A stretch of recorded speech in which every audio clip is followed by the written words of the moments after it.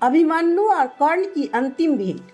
जब जब महाभारत की बात होती है, एक नाम है जो असाधारण पराक्रम और वीरता का प्रतीक बनकर सामने आता है, अभिमन्यु। मात्र 16 वर्ष की आयु में इस बालक ने वह कर दिखाया जो बड़े बड़े महारथी भी नहीं कर सके, लेकिन इस उम्र में वह वीर गति को भी प्राप्त हो गया।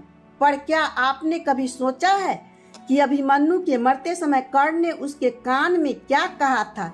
चलिए जानते हैं इस रोमांचक और भावनात्मक घटना को विस्तार से। यह घटना महाभारत युद्ध के 13वें दिन की है। उस दिन कौरव की सेना ने सेनापति द्रोणाचार्य ने चक्रव्यूह रचा था। एक ऐसा युद्ध विनाश जिसमें घुसना जितना कठिन होता है, उससे बाहर निकलना ज्यादा कठिन होता है। यह चक्रव्यूह इसलिए रचा गया ताकि अर्जुन को उसमें फंसाकर पांडवों की रीढ़ तोड़ी जा सके, लेकिन नियति को कुछ और ही मंजूर था।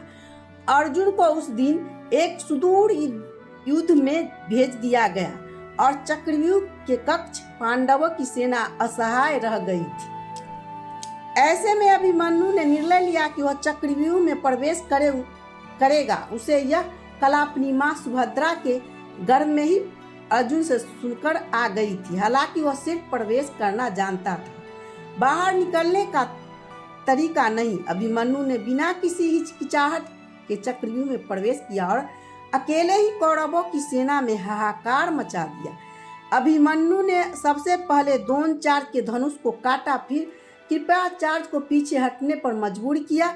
उसने दुशासन और दुर्योधन को भी पछाड़ दिया। कर्ण पर तो उसने 5 बार तीखे बाणों से प्रहार किया, लेकिन सबसे बड़ा क्षण तब आया जब दुर्योधन का पुत्र लक्ष्मण अभिमन्यु के सामने आया।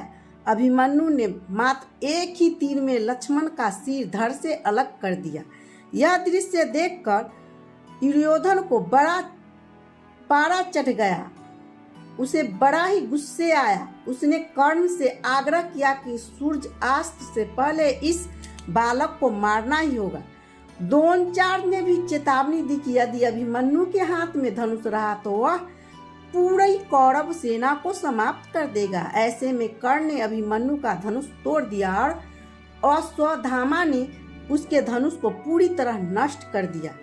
अब अभिमन्यु निहत्था था, लेकिन फिर भी उसने रथ का टूटा पहिया उठाकर युद्ध जारी रखा। वह लड़ता रहा, गिरता रहा, लेकिन रुका नहीं। उसके शरीर से रक्त बह रहा था, लेकिन उसकी आंखों में डर नहीं, सिर्फ साहस था। तब 8 महारथी, जिनमें कर्ण, दुर्योधन, दुशासन, कृपाचार्य,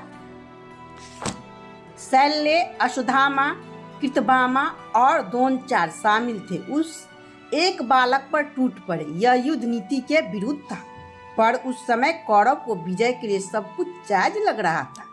इसी क्षण कर्ण अभिमन्यु के पास आया और युद्ध विराम के एक पल में उसके कानों में कुछ कहा। उसने कहा, हे वीर अभिमन्यु, यह प्रतिस्पर्धा सिर्फ अर्जुन और मेरे बीच की थी। हम में से कौन विश्व का सर्वश्रेष्ठ धनुर्धर है, लेकिन आज तुमने वह कर दिखाया है जो हम दोनों भी नहीं कर सके। आज तुमने हमसे वह ताज छीन लिया है जब लोग कहेंगे कि 8 महारथी ने मिलकर एक बालक को मारा। यह कलंक हमेशा हम पर रहेगा। तुम इस धरती से जा रहे हो, लेकिन अमरता तुम्हारा इंतजार कर रही है।